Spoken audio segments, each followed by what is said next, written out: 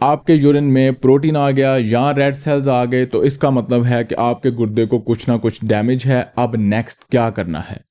अक्सर patient YouTube पे ये कमेंट करते हैं कि डॉक्टर साहब मेरे पेशाब में प्रोटीन आ रहा है या रेड सेल्स आ रहे हैं या दोनों आ रहे हैं, तो मुझे कोई दवाई बता दें। ये इतना सिंपल नहीं है, ये कितना कॉम्प्लिकेटेड है, वो डिस्कस करेंगे हम आज के एपिसोड में। अस्सलाम वालेकुम, doctor Awais Zaka from expert concert clinic of Lahore, अपनी नेफ्रोलॉजी सीट से, अपने घर वाले स्टूडियो से। अक्सर पेशेंट यूट्यूब पे कमेंट करते हैं कि डॉक्टर साहब मेरे पेशाब में प्रोटीन आ रहा है, रेड सेल आ रहा है, मुझे इसकी दवाई बता दें।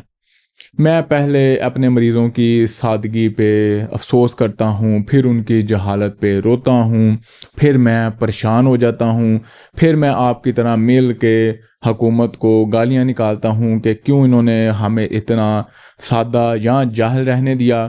फिर उसके बाद मेरा एक फ़ेज़ आता है जिसमें मेरा दिल करता है कि वो जो हमें अम्मी, अबू, ताया जी, चाचू एक लितर दिखाया करते थे, मैं वो निकालूं। फिर मुझे एकदम याद आ जाता है कि मैं कौन सा कोई पाकिस्तान पुलिस या आईएसआई में हूँ, मैं तो एक पढ़ा लिखा डॉक्टर हूँ, तो आई शुड बिहेव। फिर मैं आपको कमेंट में लिखता हूँ कि आप किसी नेफ्रोलॉजिस्ट को चेक कराएं, वर्कअप कराएं, ताकि आपका डायग्नोसिस बने, फिर उसके बाद इलाज की बारी आएगी। अब ये जो वर्कअप, डायग्नोसिस, इलाज की बारी है, इसका क्या मतलब है? इसका मतलब है कि आपने जब भी अपने यूरिन में, पेशाब में प्रोटीन देखा, रेड सेल देखे, तो दो जो इमीडिएट स्टेप आपने करने हैं वो है आपके यूरिन की क्वांटिफिकेशन, यानी कि एक्चुअली वो जो यूरिन में 1+, 2+ आपका प्रोटीन आ रहा है या रेड सेल्स आ रहे हैं, वो कितना है टोटल। उसको हम urine protein to creatinine ratio से टेस्ट करते हैं, उसको हम 24 आवर यूरिन प्रोटीन से चेक कर सकते हैं, उसको हम एल्ब्यूमिन टू क्रिएटिन रेशो से चेक कर सकते हैं। ये वो असल नंबर है जो आपको एग्जैक्ट क्वांटिटी बताएगा कि कितना प्रोटीन है आपके यूरिन के अंदर। इसके साथ ही आपने फ़ौरन अपने ब्लड में क्रिएटिनिन चेक करनी है, जिससे आपको आइडिया होगा कि आपके गुर्दे के मर्ज की स्टेज क्या है, ये एक्यूट किडनी इंजरी है या क्रोनिक किडनी डिजीज़ है। तो क्रिएटिनिन से, ईजीएफआर से आपको अपने गुर्दे के मर्ज की स्टेज का पता चलेगा। प्रोटीन कितना ज़्यादा है उससे आपको आइडिया होगा कि ये डैमेज कितना सीवियर है या कितनी स्पीड से चल रहा है। और इससे रिलेटेड जो डिटेल्ड एपिसोड्स हैं उनका मैं लिंक ऊपर दे दूंगा। फिर हम नेक्स्ट चलते हैं एटियोलॉजी की तरफ, कि बेसिकली ये जो आपके गुर्दे को डैमेज हुआ है उसके कॉमन कॉजेज़ और रेयर कॉजेज़ क्या हैं जिसकी वजह से आपके यूरिन में प्रोटीन या रेड सेल्स आने शुरू हो गए हैं। फर्स्ट थिंग्स फर्स्ट, सबसे पहले हम कॉमन, बहुत आम जो बीमारियां हैं उनसे शुरू करते हैं। वो है आपका हाई ब्लड प्रेशर। आप अपना ब्लड प्रेशर चेक करेंगे, बार बार चेक करेंगे। उसकी दो वजूहात हैं। पहली कि ब्लड प्रेशर गुर्दे को डैमेज कर सकता है। दूसरा हो सकता है अगर आपका गुर्दा किसी और बीमारी की वजह से डैमेज है तो उसमें ब्लड प्रेशर हाई हो सकता है। फिर उसके बाद आप अपनी डायबिटीज़ लाजमी चेक करेंगे। बहुत सारे पेशेंट मेरे पास आते हैं कि काफ़ी सारा डायग्नोस्टिक वर्कअप हो चुका है, लेकिन कभी किसी ने ये बॉदर ही नहीं किया कि उस मरीज़ की सही हीमोग्लोबिन A1C टेस्ट के साथ डायबिटीज़ चेक करें। और डायबिटीज़ हमारा पाकिस्तान में, ओवरऑल द वर्ल्ड, एक सबसे कॉमन कॉज है गुर्दे के मर्ज होने का। स्मोकिंग को लोग अंडर एस्टिमेट करते हैं। स्मोकिंग का डायरेक्ट किडनी डैमेज से रिलेशन है, और स्मोकिंग उन डैमेजेस में से है जो कि प्रोटीन यूरिया करवाती हैं।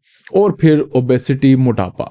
अब मोटापे को हम सीरियस अभी लेना शुरू ही नहीं कर रहे, एक्सेप्ट स्टिग्मा के तौर पे या सुस्त इंसान के तौर पे या मोटा उसको छेड़ने के तौर पे। उसके अलावा बीमारियों के एंगल से, मेडिकल पॉइंट ऑफ व्यू से हम उसको भी सीरियस नहीं ले रहे। लेकिन मोटापा डायरेक्टली गुर्दे को डैमेज करता है। इसके बारे में भी मैं एक बड़ी डिटेल्ड एपिसोड कर चुका हूँ। ये भी आपको रेड सेल्स दिखा सकता है यूरिन में, प्रोटीन यूरिया करा सकता है। और सबसे बढ़ के ये 3-4 चीज़ें यूजुअली पाकिस्तानी मरीज़ों में या पूरी दुनिया में इकट्ठी होती हैं।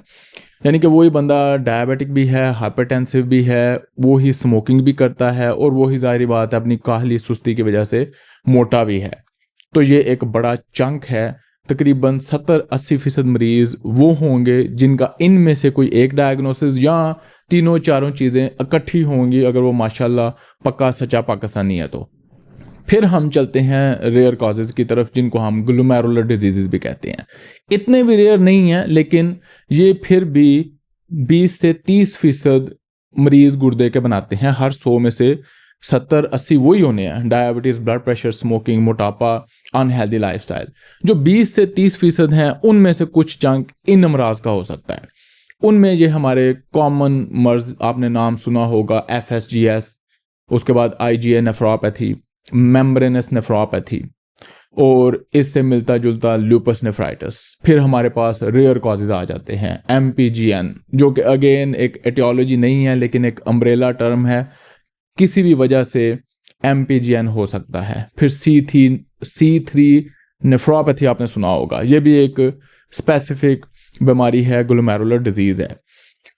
अब जब इनकी तरफ हम फोकस करते हैं, जो कि मोस्ट ऑफ द केसेस में वर्कअप का पार्ट होना चाहिए, उनमें हमारे वो कॉमन टेस्ट आ जाते हैं जो आपने एक लंबी चौड़ी 40-50 हज़ार रुपए की टेस्टों की लिस्ट देखी होगी। Anti nuclear antibody, double stranded DNA antibody, PLA2R antibody लोग करवाते हैं, कॉम्प्लीमेंट लेवल C3 C4। इसी तरह एक पूरा पैनल बना दिया गया है चुगताई और बाकी लैब्स पे, जिसको हम ENA क्वांट्रिक्स कहते हैं। उसमें कोई 15-20 एंटीबॉडीज़ हैं, उनमें से कुछ ना कुछ आपका निकल ही आता है। और इससे रिलेटेड कुछ बेसिक टेस्ट होते हैं, hepatitis B, C, HIV, syphilis. इन सब को हमने एज ए पैकेज करना होता है टू मेक श्योर कि कोई चीज़ मिस ना हो जाए। और फिर बाज़ औक़ात डॉक्टर की डिस्क्रिप्शन पे, क्लिनिकल जजमेंट पे वो कुछ और टेस्ट भी ऐड कर सकता है।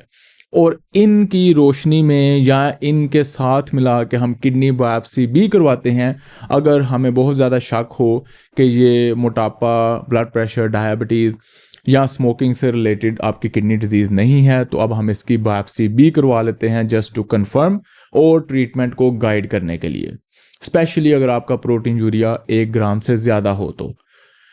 इसके साथ ही फिर हमारा एक पार्ट आ जाता है बेसिक वर्कअप का, जिसमें मेरे ख्याल से गुर्दे के मरीज़ का अल्ट्रासाउंड ज़रूर होना चाहिए ताकि हमें पता चल जाए कि उसकी स्ट्रक्चर और साइज़ क्या है गुर्दों का। फिर इसी तरह कुछ बेसिक टेस्ट हैं जो गुर्दे के मर्ज़ की ओवरऑल पिक्चर आपको देते हैं, जिनके बगैर कम अज़ कम मैं अपने क्रोनिक किडनी डिजीज़ के पेशेंट को असेस नहीं कर सकता कि उसकी सिवियरिटी और सिचुएशन क्या है। उनमें हमारे bicarbonate level, serum calcium level, phosphorus, parathyroid hormone और इससे कुछ मिलते जुलते टेस्ट। जब आप ये सारा वर्कअप करते हैं तो आपको काफ़ी सारे चांसेस हैं बायोप्सी मिला के इवन कि आपका डायग्नोसिस बन जाए। अब हमने ये डायग्नोसिस बनाना क्यों है? डायग्नोसिस आपने इसलिए बनाना है कि जो वजह है उसको आपने ट्रीट करना है, फिर आपका जाके प्रोटीन यूरिया बेहतर होना है।